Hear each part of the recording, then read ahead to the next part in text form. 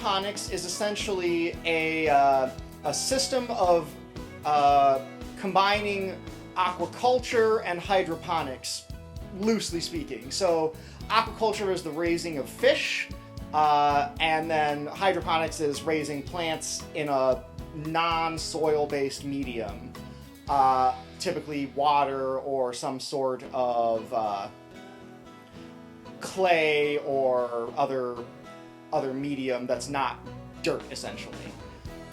So what aquaponics does is it utilizes the fish in a fish tank to produce waste, and this waste becomes fertilizer directly for the plants that we're growing and harvesting.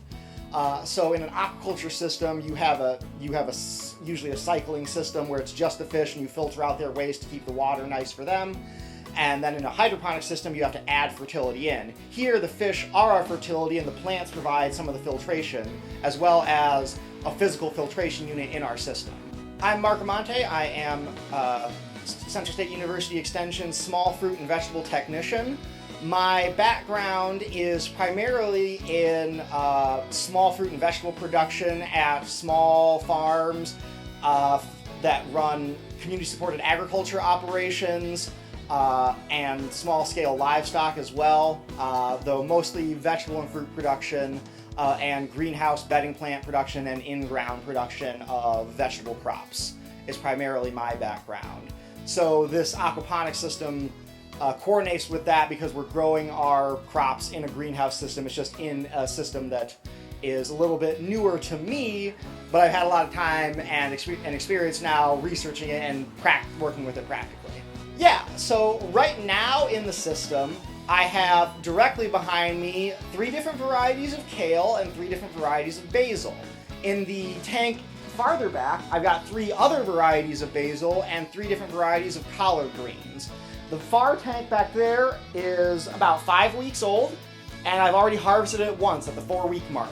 And then this tank behind me is about 3 weeks in the system, so I'll probably be harvesting it next week or the week after, most likely. And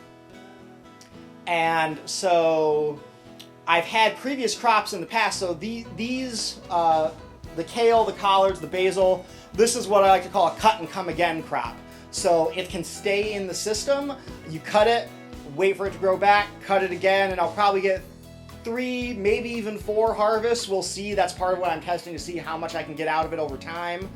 Where's the point of no return? Where is it not cost effective to keep it? Essentially, is one thing I'm looking at. But prior to these ones, I had lettuce, pak choi, a bunch of different. I think that's mostly a bunch of different varieties of lettuce and pak choi, and those are things where we cut it and then remove it and replace it with another crop after about 4 or 5 weeks. Also, this facility that I work in is a demonstration facility, not necessarily research, though I am doing some work collecting data on different varieties and how they do, and just trying to get a sense of, okay, how much is it costing us to build and operate the system. We do have a researcher who's focusing on water quality in depth, and he's looking at how the water quality changes throughout the system and over time. This is a little bit more practical, hands-on, to show people who are interested in doing their own aquaponics, whether just for home production or for commercial production, just examples of what they can do.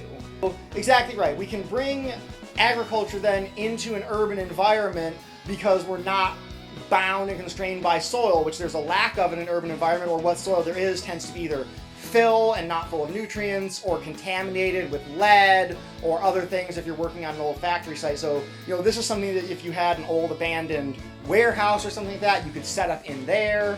Or if you had an old abandoned parking lot, you could build greenhouse structures on top of it, and really work with improving urban blight, if you wanted to picture it that way, and turning it into a productive system.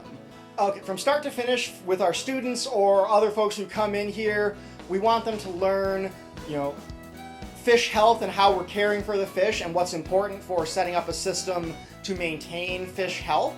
We also want to make sure that our plant health is good and that our plants are growing and productive. And essentially, one thing I'm doing here with a lot of different testing out varieties is I want to be able to talk to people and say, you know, I have this variety, this did not do well in this system, or this did well, but it's really fragile. That's something I've noticed. A lot of lettuce varieties I've tried, they break apart really easily. That's not great if you're trying to sell. You know, if you're doing it at home, it doesn't really matter. But if you're trying to sell your lettuce head, it's not great if it falls apart or breaks really easy as you're harvesting it and cleaning it off and packaging it for sale. So having a sense of, you know, what's a good marketable product and what's a good from a productivity standpoint as well, because, you know, your goals of your operation are going to mean what's different. So essentially being able to have our students think critically about what the goals of the operation are and what the practical result of that looks like when you're looking at, okay, you know, how is this kale beside me doing compared to the collard greens down the way? How long is it taking? You know, because essentially you're in a fixed space here, so the faster you can rotate, the more money you're going to make if you're doing this commercially. If you're just doing it for yourself to make, you know, food for your family, that's not as big of a concern, but it can still be a concern. So I'd say, you know, prioritizing, analyzing health, plant health, fish health, and system operation, being able to look at something and say, okay, here's a problem, what can I do about it? Does it mean I need to do a different variety? Does it mean I need to improve my filtration system? Does it mean I need to feed the fish more, feed the fish less, have fewer fish? It's a complicated system, so I think we want to encourage people to think holistically about the system.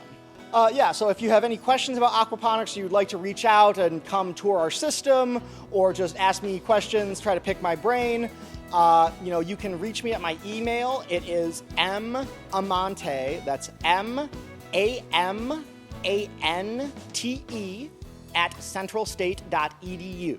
And for more information, you can also check out Central State's website at centralstate.edu.